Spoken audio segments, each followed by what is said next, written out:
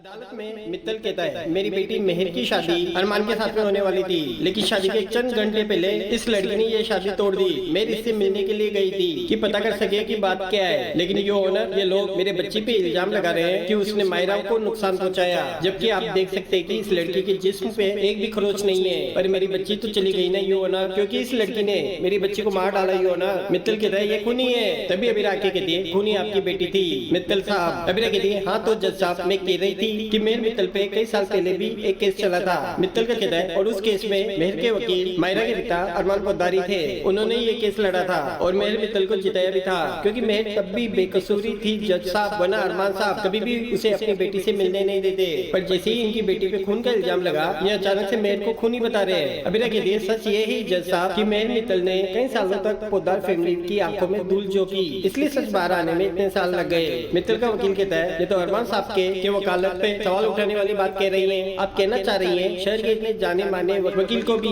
अपनी क्लाइंट खबर ही नहीं थी, बेचारे आम आदमी को तो कोई भी बेवकूफ बना के चला जाएगा। अबीरा कहती है मैम जब तक मेहर मित्तल जिंदा थी तब तक उन्होंने कानून को धोखा दिया और अब उनके फादर भी यही कर रहे हैं। एक्चुअली उस दिन मेहर मित्तल दराती लेके मायरा को मारने आई थी। मित्तल का वकील कहता है वो दराती से उस कमरे का दरवाजा खोलने आई थी जिसमें मायरा फंसी हुई थी। ये सुन के सभी शौक हो जाते हैं। अबीरा कहती है झूठ, मेहर ने उस दिन ड्राइवर को भी जख्मी किया था। मित्तल का वकील कहता है ड्राइवर पर तो हमला पीछे से हुआ था, उसे कैसे पता चलेगा कि हमला किसने किया। मेरे काबिल दोस्त सिर्फ कहानियां सुना रहे हैं। सच ये है कि मायरा पोद्दार का दिमागी संतुलन ठीक नहीं है, इसलिए इन्हें कई स्कूलों से बाहर निकाला जा चुका है। मेहर मित्तल बेकसूर है जज साहब, मायरा ने उन्हें धक्का मार के सीढ़ियों से नीचे गिराया और उसकी जान ले ली। अबीरा कहती है नहीं मैम, मेहर मित्तल दराती लेके उसको मारने आ रही थी और पाँव फिसला इसलिए वो सीढ़ियों से नीचे गिर गई। मित्तल का वकील कहता है मेट्रोन और गार्ड की स्टेटमेंट कुछ और ही कह रही है। उन्होंने मायरा को मेहर से बड़े गुस्से में कहते हुए सुना था कि उन्हें जीने का कोई हक नहीं है। अबीरा कहती है वहाँ स्टेट केस पे कोई नहीं था। जो